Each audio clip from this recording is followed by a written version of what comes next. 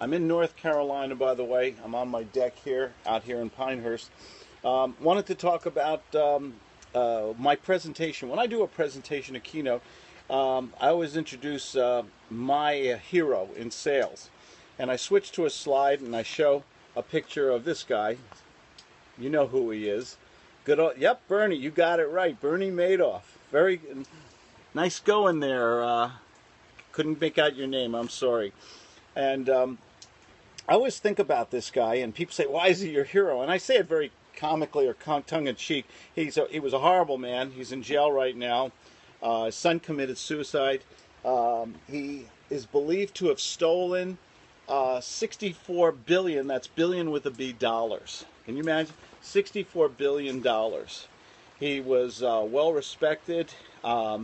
He had an investment firm in Manhattan. Donated generously other people's money to charities and things like that.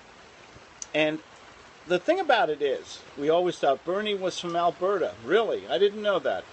That's interesting. He was, his power of persuasion was amazing. People willingly gave him money all the time. Until the last day he was arrested. 20 years he was stealing billions and billions of dollars. And you got to ask yourself this, because I love sales. I talk about sales all the time. How did he convince all these people for such a long period of time to give him so much money? To me, that's the white elephant in the room. That's the question we've got to ask. Why did they give him money? And, you know, when he was arrested and it was all said and done, they did some interviews and asked people, why did you give this guy money? How come you never did forensic audits, or you never checked on him or see where the money was going or anything? Number one answer was, we liked him. This guy understood persuasion. He understood how to get people to his point of view. He understood how to get people to like him. One of the strongest ways to sell something is likability. You can hear about scarcity and guilt and all different kinds of reasons if you ever read the Cialdini book about persuasion. Bernie was a master of likability. Yep. He stole a lot and he's in jail for 20 years right now. He will die in jail. He's an old man. And people said that they just like this guy.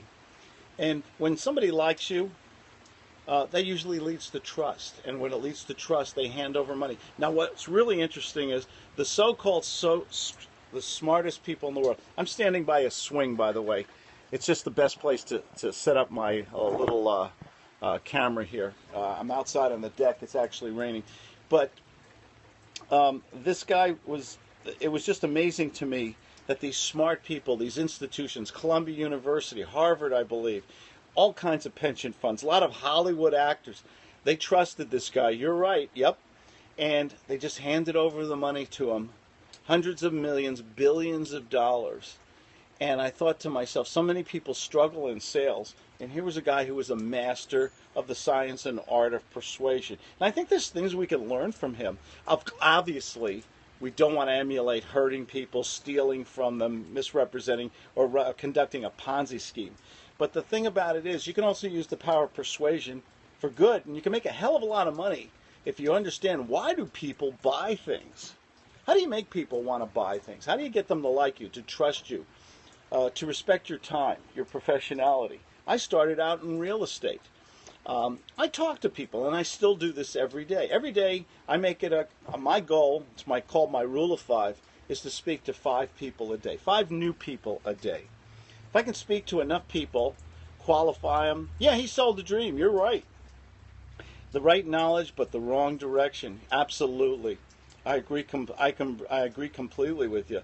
The thing about it is, if he used those same skills for good, he would have made a great deal of money also. I don't know if he would have made as much as he did in this Ponzi scheme, but he did make a lot of money. But the question is, could he have used those powers for good? Can we use those powers of persuasion? Well, what I like to do with people, I don't like traditional sales. I heard a podcast not too long ago from another sales trainer, well-known sales trainer, and they're saying the same thing my father, my grandfather, probably my great-grandfather said. Ask for the order 5 times. Tell them, give them a present, give the presentation as soon as possible, and all this old-fashioned stuff. I think today, 2015, we're in a different world. I think if we want people to buy from us, we got to get them to trust us. We've got to set up a stage, okay? I always say that great salespeople there's an inner and outer salesperson. The outer person is an actor. The inner person is a thinker, okay? We want to think of a strategy. We want to think of the questions we need to ask to qualify that prospect.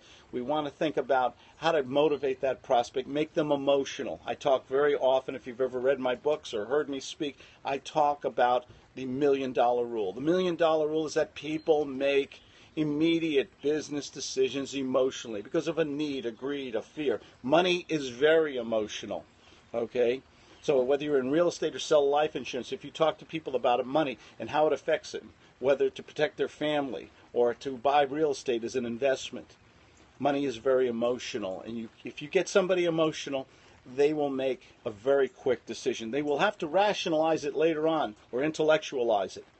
But if you start with asking the questions that make them emotional, you get right to the heart of the matter. And I think, going back to Bernie, he was probably very good at stuff like that. He knew how to ask the right questions, how to get people to trust him, to listen to them. And he fooled everybody, really smart people, for a hell of a long time. To me, when I get in front of a prospect, I want to respect that prospect. I want them to respect me. I want to get away from the games. I believe we can have an adult-to-adult, an honest dialogue. And if they don't need what I'm selling, if they don't have the money, they don't have the authority, or they just don't have the interest for what I'm selling, let's get out of there. Let's politely say goodbye. It's over. Maybe we can sell them another day. We save the information. I save everything in Evernote. I'm an Evernote fanatic. I love it. It's simple. It's free. It's easy to use. I save all my notes. Evernote is my customer relational management software. And I just ask people a lot of questions. I let them ask me questions. I do things like open and closed-ended questions, positive and negative redirection. I try to use the powers of persuasion for good. Hey, Duke, glad you could join us. I talk a lot about real estate and sales and success and things like that. I heard another guru the other day, by the way, because I'm a Periscope junkie. I love this stuff. I love that you can hear some famous people.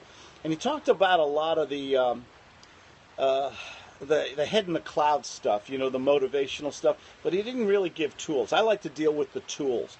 What do you do? What do you say? How do you do it? How do you get the results you want? Thank you for the thumbs up, guy. I really like that.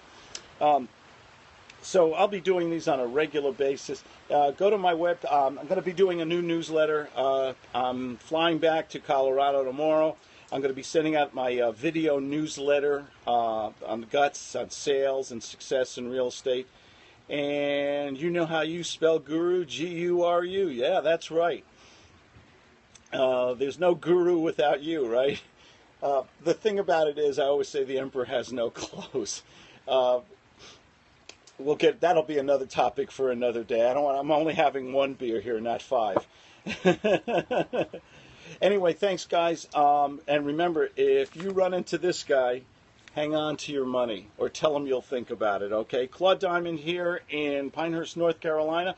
I'll be talking to you in a day or two from Colorado. I think it's snowing there, too. Oh, my gosh. Take care, guys. Have fun and sell something. Make some money. Bye-bye.